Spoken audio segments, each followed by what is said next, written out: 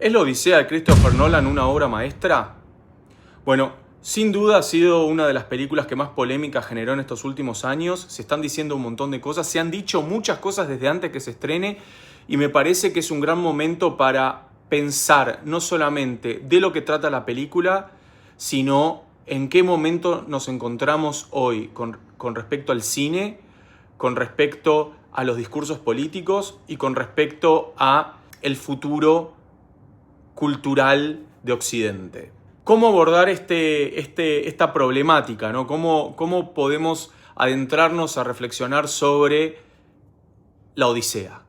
Bueno, yo acá en mis apuntes, todavía escribo apuntes a mano, pensé 4 niveles en los cuales podemos abordar lo que respecta a esta película. En primer lugar, ¿qué ocurrió a nivel espectadores? Desde antes que se estrenara la película hubo un fervor, hubo mucha discusión en torno al casting, a la selección de personajes, a la elección de personajes de color y sobre todo las expectativas que había en torno a lo que podría ser una de las grandes obras de filosofía, o sea, lo que representa la Odisea para la cultura occidental. En segundo lugar, en un siguiente nivel, bueno, el cine, ¿no? ¿En qué momento nos encontramos del séptimo arte? ¿Qué representa esta película para la historia del cine? Y creo que estamos hablando también en 2 niveles, ¿no? Cómo la película adapta esta obra clásica y por el otro lado, cuáles son los logros o las fallas técnicas de esta película que intentó dar un mensaje no solamente en torno al contenido, sino también a la forma en la que se abordó la película. En un tercer nivel, bueno, la coyuntura histórica. ¿En qué momento nos encontramos? ¿Cuál es la interpretación de época que estamos haciendo de esta película? ¿Cuál es el mensaje que quiere dar el director frente a esta época que vivimos, ¿no? El momento cultural de Occidente. Y para poder adentrarnos en estas múltiples dimensiones y variables, creo que lo primero que hay que hablar es de la gran crítica de Emily Wilson, que es la principal referencia de Christopher Nolan a la hora de leer la Odisea. O sea, la traductora que dio origen al libro que utilizó Nolan para hacer la película es una de sus principales críticas. Y eso, en primer lugar, me está diciendo mucho lo que es una de las películas que más éxito económico ha logrado en este 2026. Es una obra, en muchos sentidos, de gran calibre y ya tiene un montón de detractores. Al principio los detractores eran como más conservadores para dar un concepto y ahora también esta autora feminista lo corre por izquierda, entonces lo terminaron corriendo por derecha y por izquierda Nolan. Muchos utilizan, los que corren por derecha, la referencia de la película Troya de Brad Pitt, que en lo personal a mí no me gustó, me aburrió muchísimo, me pareció una mala película, tengo que decirlo. Y por izquierda, por todo lo que no hizo Nolan o lo que hizo mal. Entonces ya tenemos los condimentos para ser una película que deja a mucha gente incómoda desde múltiples lugares. Y a la respuesta que uno puede darle automáticamente a la traductora, a esta mujer que salió ahora a criticarlo fuertemente, es: Nolan está en un nivel de su carrera y de su producción artística en la cual él puede hacer la Odisea según Nolan. Y que creo que ese fue uno de los principales objetivos que él tuvo como director. Él ya está en un momento de su carrera que puede darse el lujo de hacer su propia interpretación de una obra y que el día de mañana la gente diga: ¿viste la Odisea de Nolan? ¿Qué distinta es la Odisea de esta otra persona? Entonces esos atributos de quizá no respetar el original, de salirse de guión o de hacer las cosas de otra manera, siempre va a ser fuente de crítica. Lo hicieron con El Señor de los Anillos, lo hacen con Harry Potter. Todas las adaptaciones, siempre va a haber un grupo de personas ortodoxas que te va a criticar las formas que elegiste a la hora de llevar a cabo una película de 3 horas. Ahora, que el director haya utilizado esa referencia no significa que la tenga que respetar. Ese es el primer comentario. El segundo comentario es: ella se queja de que, si bien entonces elige no respetar, le molesta las formas y el contenido de cómo no respeta la obra original. Entonces ella dice, como no respetaste la obra original, hubieras hecho esto. Bueno, esa discusión para mí acabada. Y acá viene el segundo punto, y es, ya hablamos a nivel espectadores, ella es una espectadora, también todo lo que pasó cuando se eligió que Helena de Troya fuera una actriz de color. Eso creo que generó mucha convulsión, sobre todo en ciertos sectores políticos, y muchas personas nostálgicas que buscaban que la Helena de Troya, ¿no? Como si Helena de Troya fuera la verdadera causante de la guerra de Troya. Pero este ideal de belleza, y yo creo que Nolan hizo muy bien en provocar en ese sentido, en marcar la cancha y decir yo voy a hacer la elección de personajes que yo quiera. Y ahí jugó con el público. Mi elección de Helena de Troya está siendo Helena de Troya. Ya se están peleando todos por mi Helena de Troya, como lo fue en el poema.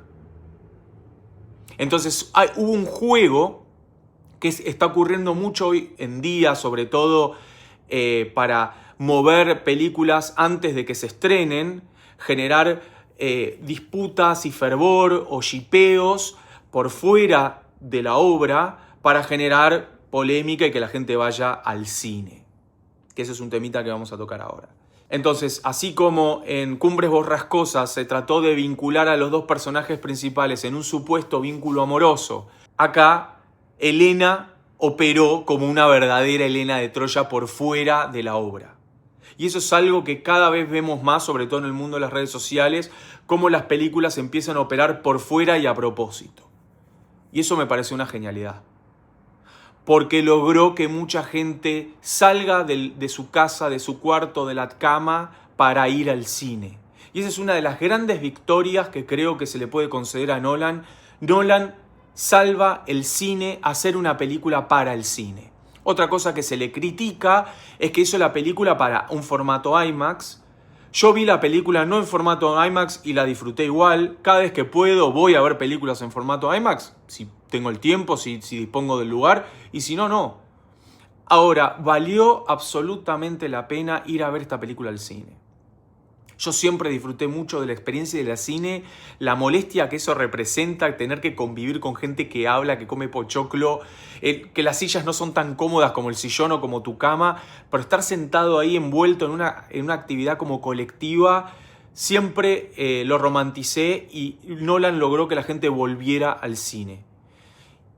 Y me parece importante en este punto separar que hoy estamos frente a dos tipos de contenidos audiovisual de larga duración.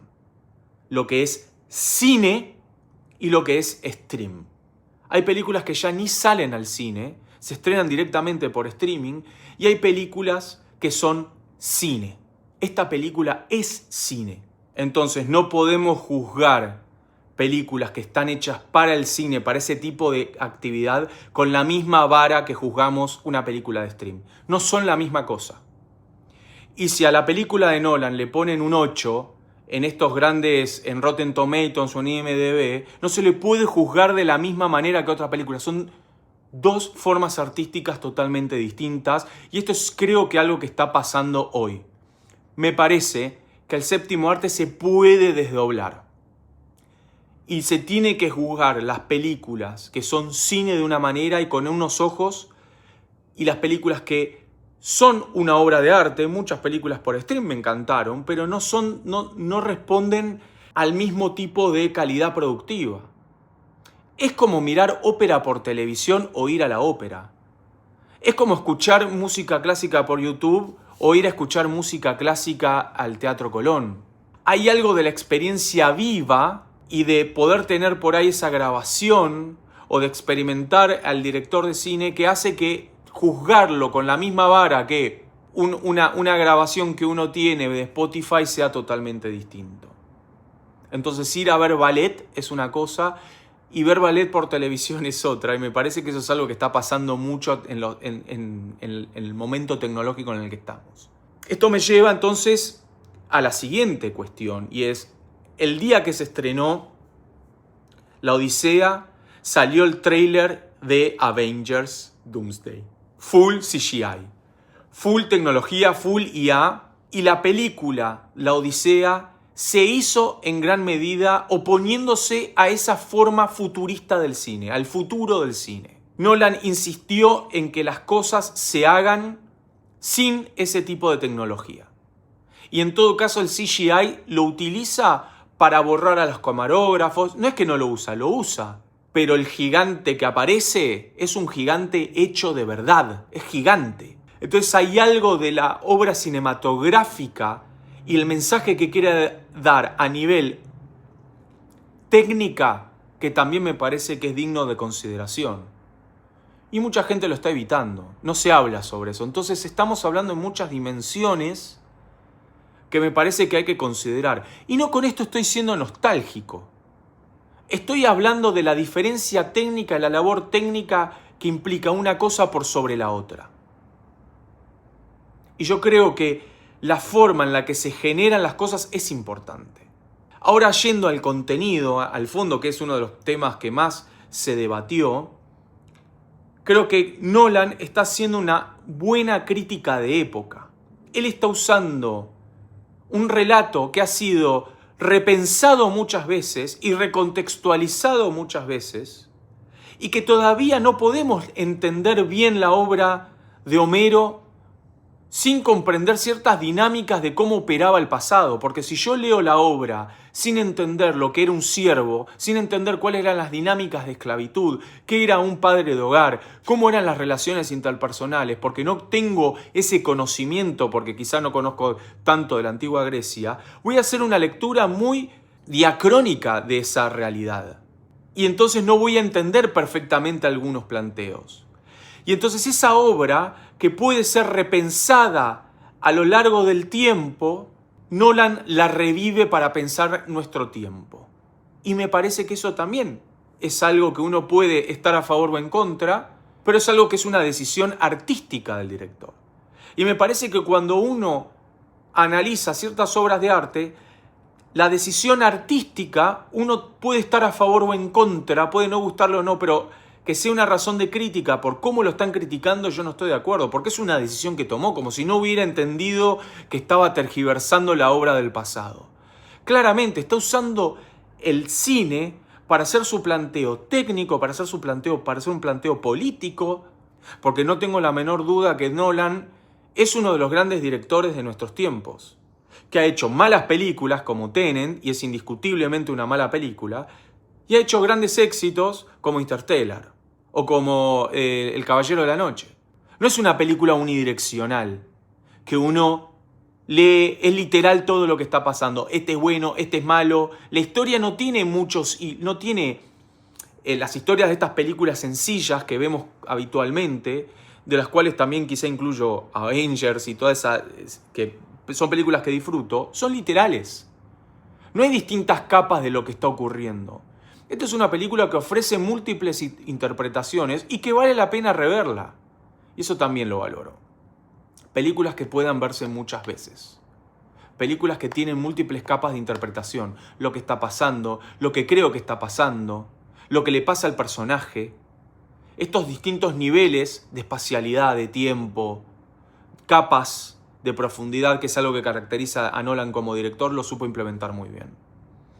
Y esa crítica de época que hace, que creo que es también muy interesante, narra algo que me parece fundamental para ser nosotros propios críticos de la época, y es cuáles son los valores que estamos perdiendo.